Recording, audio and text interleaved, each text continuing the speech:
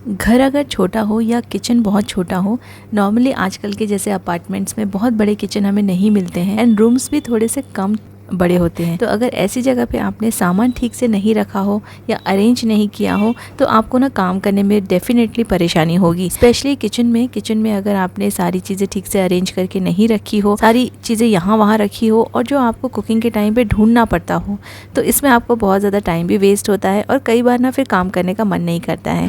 इसलिए आज के वीडियो में मैं आपको दिखाऊंगी कि कैसे मैं अपने घर को ऑर्गेनाइज रखती हूँ और बहुत ही आसानी से मैनेजेबल रखती हूँ कि मुझे चीज़ें ना जल्दी मिल जाए और मुझे ढूंढना ना पड़े, और कोई भी चीज़ को अगर मैं यूज़ कर रही हूँ तो मुझे बहुत ज़्यादा एफ़र्ट ना लेना पड़े और मुझे वो सामने ही दिख जाए। अपने घर को आसानी से मैनेज कीजिए तो आपको काम भी आसान लगेगा। हेलो गाइज़, नमस्ते एंड वेलकम बैक।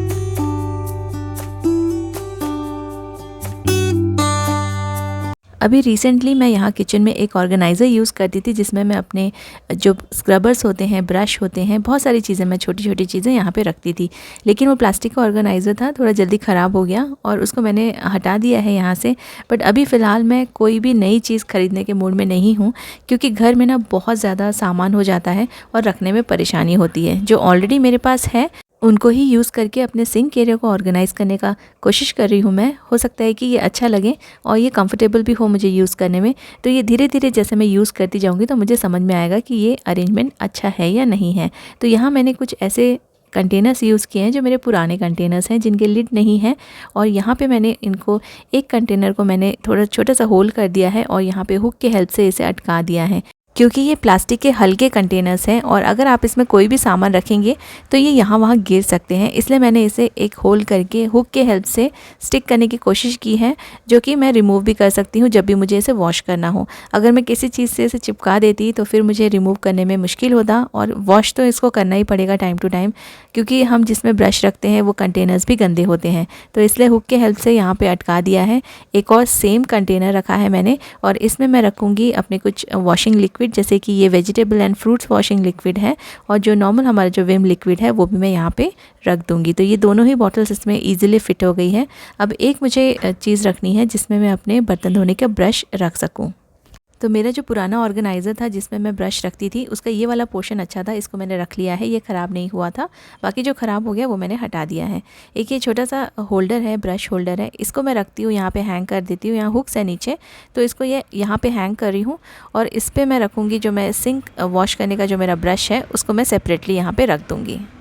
क्योंकि मैं सेम कलर के ब्रश यूज़ करती हूँ अपने बर्तन धोने के लिए और अपना सिंक वॉश करने के लिए, इसलिए सब लोगों को ऐसा लगता है कि मैं सेम ब्रश से सिंक भी साफ़ कर रही हूँ, बर्तन भी क्लीन कर रही हूँ। तो देखिए, आज मैंने अपने जो सिंक वॉश करने का जो ब्रश है उसको टोटली चेंज कर दिया है, तो आप लोगों को भी कन्फ्यूजन नहीं होगा। तो ऐसे मैंने अपने सिंक एरिया को बिना किसी ऑर्गेनाइज़र ख़रीदे ऑर्गेनाइज़ कर लिया है। कुकिंग के टाइम पे बहुत सारी चीज़ें ऐसी होती हैं जो हमारे जो बर्नर होते हैं ना उसके होल्स के अंदर चली जाती हैं, और फिर ये जो बर्नर है वो अच्छे से, फ्लेम जो है वो अच्छे से नहीं आती है, थोड़ी बहुत आती है और आधी इसमें नहीं आती। तो आज मैंने यहाँ पे जो बैंगन होता है उसको रोस्ट किया था, और बैंगन रोस्ट करने के बाद ऑलवेज़ इसे वॉश करना पड़ता है। वॉश करने के बाद इसमें पानी चला जाता है, तो होल्स के अंदर से जो भी कचरा है या जो पानी है उसको रिमूव करने के लिए मैं यहाँ पे छोटा सा टूथपिक यूज़ कर रही हूँ। टूथपिक यूज़ करने से इसमें जितने भी कचरा है ना वो सब निकल जाएगा, अगर पानी अटका है वो भी निकल जाएगा, क्योंकि इसको कितना भी ड्राई करो ये बहुत देर तक ड्राई नहीं होता है। और मुझे यहाँ पर दूसरी भी चीज़ें यूज़ करना है, मुझे अभी गैस, तो इसलिए मुझे ये फटाफट से रेडी चाहिए। और अगर आपको जल्दी हो तो आप ऐसे टूथपिक से इसे क्लीन कर सकते हैं, क्योंकि इसको अगर आप सुखाने बैठेंगे तो इसमें बहुत ज़्यादा टाइम लग जाएगा। नॉर्मली मैं रात को धो के रखती हूँ तो सवेरे तक ये सूख जाता है। टूथपिक से क्लीन करने के बाद फ्लेम बहुत अच्छे से आ रही है, कहीं भी ब्लॉकेज नहीं है। तो ऐसे आप ना अपने बर्नर जब भी वॉश करते हैं तो एक बार हर होल में ना आप टूथपिक से इसको क्लीन कर लीजिए, बहुत अच्छे से क्लीन हो जाएगा। ईजिली आप इसे फटाफट से यूज़ कर पाएंगे, आपको वेट करने की ज़रूरत नहीं पड़ेगी।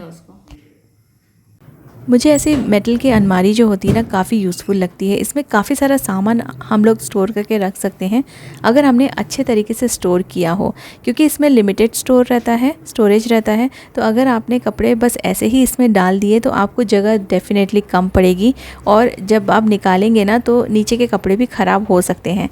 पहले मैं यहाँ पे कपड़े डायरेक्टली ही अरेंज करती थी, अब मैं यहाँ पे बास्केट्स यूज़ करती हूँ, जिससे कि काफ़ी ज़्यादा फ़र्क पड़ा है और अलमारी ना बार बार ख़राब नहीं होती है। कपड़े भी मिक्सअप नहीं होते हैं और जब भी कोई भी कपड़ा निकालना हो तो जो दूसरी लाइन है ना वो बिल्कुल भी बिगड़ती नहीं है।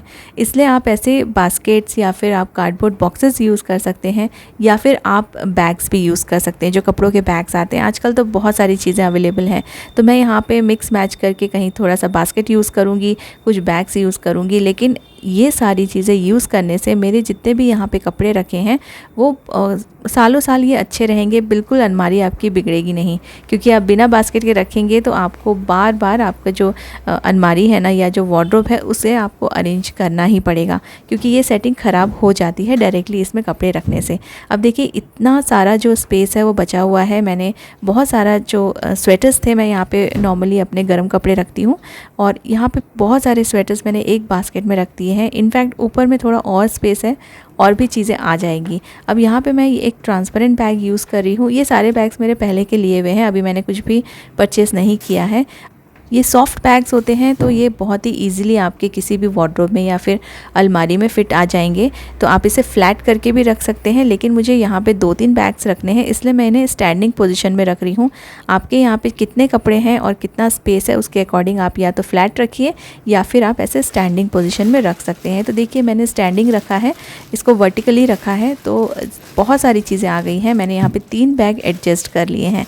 तो ये सारे मेरे गर्म कपड़े हैं जो कि साल में एक बार ही यूज़ में आते हैं। तो मैं यहाँ पे इन सबको ना वॉश करके अच्छे से फ़ोल्ड करके इनको सेट करके रख देती हूँ, तो ये बिल्कुल ख़राब नहीं होते। और जैसे विंटर्स आएंगे तो यहाँ से निकाल के हम लोग डायरेक्टली यूज़ कर सकते हैं। लेकिन आप अपने डेली वेयर के कपड़े भी इस तरह से रख सकते हैं। लेकिन आप ना यहाँ पे जो भी बास्केट यूज़ करेंगे वो ऐसा बास्केट यूज़ कीजिए जो कि आपके स्पेस को वेस्ट ना करे। स्ट्रेट रहेगा बास्केट तो बहुत अच्छा रहेगा, और थोड़े से बड़े बास्केट यूज़ कीजिए जो आपके स्पेस के अकॉर्डिंग आपकी अलमारी में फ़िट हो जाए। यहाँ पे सारे बैग्स में मैंने अपनी साड़ियों को अरेंज करके रखा है। अगर हर एक साड़ी में सिर्फ हैंग करके रखती ना तो मुझे स्पेस बराबर से नहीं हो पाता और बहुत सारी साड़ियाँ फिर ऐसी रह जाती। तो मैंने साड़ी के कुछ जो हैवी साड़ीज़ थी उनको सेपरेटली रखा है सारी बैग्स में, और मैंने यहाँ पे ऐसे सॉफ्ट वाले बैग्स यूज़ किए हैं जिससे कि मेरी सभी साड़ियाँ ना एक साथ एक ही लाइन से आ गई है और इनमें साड़ियाँ ख़राब नहीं होती हैं और इनमें डस्ट भी नहीं जाता है। हैंग करके रखने से आप ज़्यादा स्टोर नहीं कर पाएंगे। तो ये कुछ हैवी ड्रेसेस हैं और कुछ हैवी साड़ियाँ हैं जो मैं यहाँ पे रखती हूँ, जिससे कि ना छोटी जगह पर भी मैंने अपनी पूरी की पूरी साड़ियों को यहाँ पे एडजस्ट कर लिया है। तो ऐसे बैग्स यूज़ करके आप एक के ऊपर एक इन्हें रख लीजिए, आपके जो कपड़े हैं वो ख़राब नहीं होंगे, डस्ट भी नहीं जाएगा। चाहे कितने भी महंगे कपड़े हों, हैवी साड़ियाँ हों, हैवी ड्रेसेस हों, ईजिली यहाँ पे आप इन्हें रख सकते हैं। अच्छे से रहेंगे, आपकी जो चीज़ें हैं वो ख़राब नहीं होंगी। अलग अलग आप एक के ऊपर एक साड़ी को फोल्ड करके रखेंगे तो हो सकता है कि वो स्लिप होकर गिर जाए। तो ऐसे बैग्स ज़रूर यूज़ कीजिए अपनी इस तरह की अलमारी में, तो इससे ना आप पूरा का पूरा जो स्पेस है उसको यूटिलाइज़ कर पाएंगे।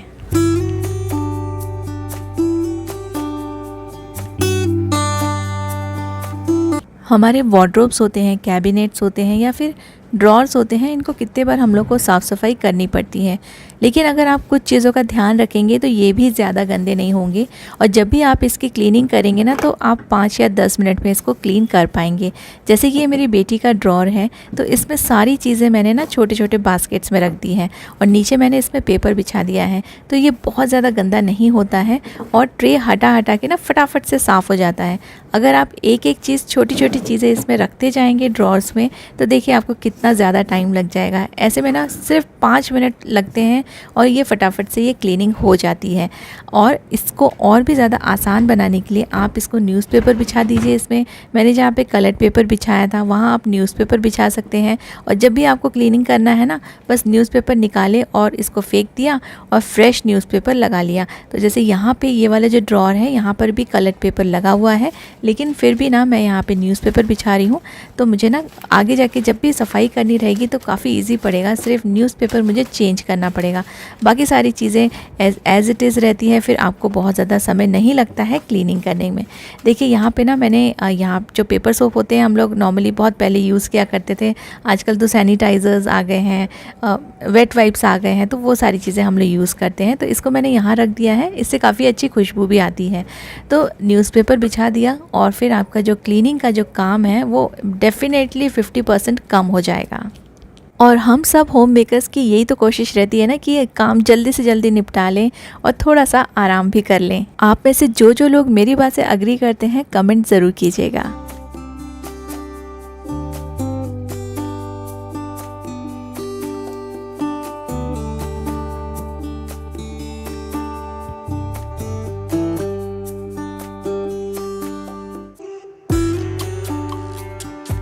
कभी कभी ना कोई भी सामान उठाओ तो वो गंदा ही लगता है, ऐसा लगता है इसमें भी डस्ट है, इसे भी साफ़ करना है। तो ऐसे करते करते हमारे काम तो बढ़ते ही रहते हैं।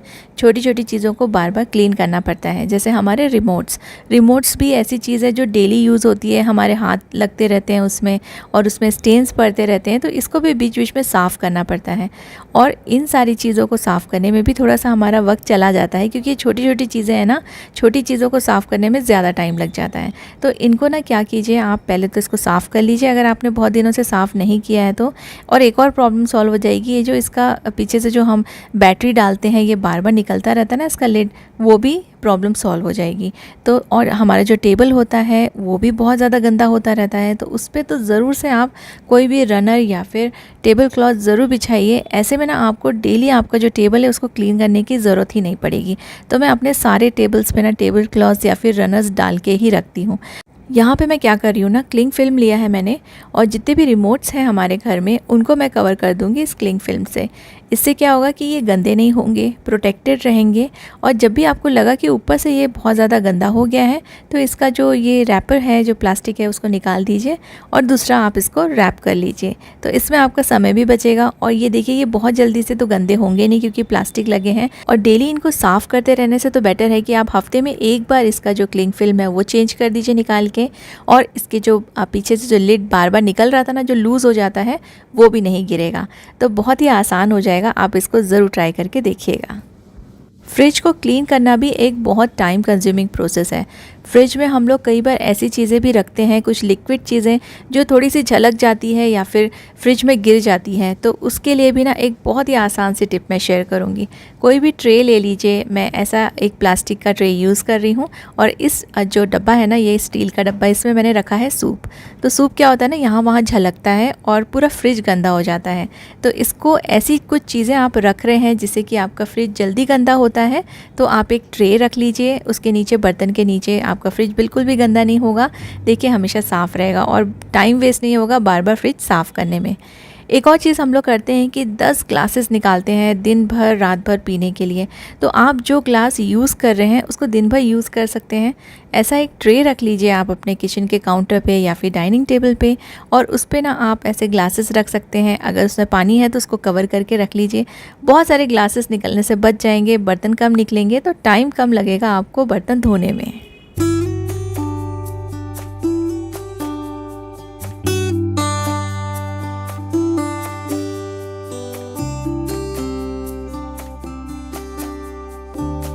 सबसे ज़्यादा टाइम हमारा किस काम में जाता है? कुकिंग में।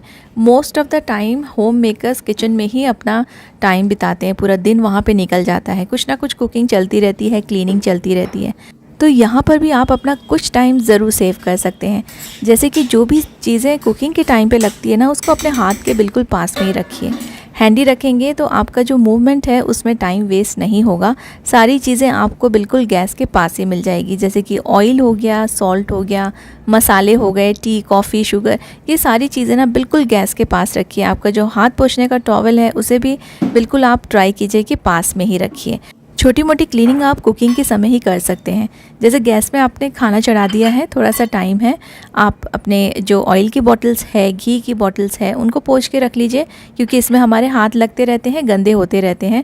फिर आप इसको एक दो दिन की आड़ में पोंछेंगे तो ये और भी ज़्यादा गंदे हो जाएंगे, उसमें आपका ज़्यादा समय निकल जाएगा। तो अगर आपको कोई बॉटल गंदी दिख रही है ना, उसी टाइम पे पोंछ लीजिए, क्योंकि आप वहीं पे खड़े हैं, आपका खाना भी चढ़ा हुआ है, तो आप उस टाइम को यूटिलाइज़ करके ये वाला काम कर सकते हैं, जिससे कि बाद में आपको बहुत ज़्यादा क्लीनिंग की ज़रूरत नहीं पड़ेगी। कुछ मसाले ख़त्म हो गए हैं, सॉल्ट ख़त्म हो गया है, ऑयल ख़त्म हो गया है, तो आप इस टाइम को यूटिलाइज़ करके रीफिलिंग का काम भी कर सकते हैं। क्योंकि वहाँ पे खड़े खड़े ना आप सिर्फ अपने खाना जो कुकिंग कर रहे हैं उसको पकने का वेट कर रहे हैं, तो इससे बेटर है कि आप उस टाइम को कहीं ना कहीं पे यूटिलाइज़ करके वो वाले काम कर दें जो आप बाद में करने वाले थे। कुकिंग के टाइम पे ही, जैसे ही आपकी कुकिंग हो जाती है उस टाइम पे ही अगर आपने गैस को और काउंटर टॉप को क्लीन कर लिया, तो फिर बाद में आपको बहुत ज़्यादा स्क्रबिंग की ज़रूरत नहीं पड़ेगी। मुझे पता है most of the home makers ऐसे ही करते हैं, लेकिन जो नहीं करते हैं या जिनको पता नहीं है उनके लिए बता रही हूँ। आप अगर उसी टाइम पे कर लेंगे तो क्या होगा ना कि जो भी कुछ खाना वगैरह गिरा है वो ड्राई नहीं होगा। ड्राई होने के बाद काफ़ी स्क्रबिंग करनी पड़ती है और स्क्रबिंग में आपका ज़्यादा समय चला जाता है। तो जैसे ही आपने कुकिंग कंप्लीट की, आप वहीं की वहीं इसे साफ़ कर दीजिए। तो देखिए ये काम फिर बाद पे नहीं रहेगा और बाद में जब आप दूसरे टाइम का जब आप खाना बनाने आएंगे तो आपको बहुत ज़्यादा क्लीन किचन मिलेगा। इससे जो है ना आपका मूड भी फ्रेश रहेगा और आपको काम करने की भी फिर इच्छा होगी। अदरवाइज़ गंदे किचन में ना काम करने का मन नहीं करता है। तो ये सारी चीज़ें आप फॉलो कीजिए, आपकी कुकिंग भी ईजी हो जाएगी और आपका टाइम भी बहुत ज़्यादा सेव होगा। उम्मीद करती हूँ कि आज की सारी टिप्स आपको काम में आएंगी, आपका जो घर का काम है, किचन का काम है, उसको फटाफट से निपटाने में। और फिर आपको थोड़ा सा टाइम मेरे वीडियोस देखने के लिए भी तो निकालना है। Thank you so much guys for watching.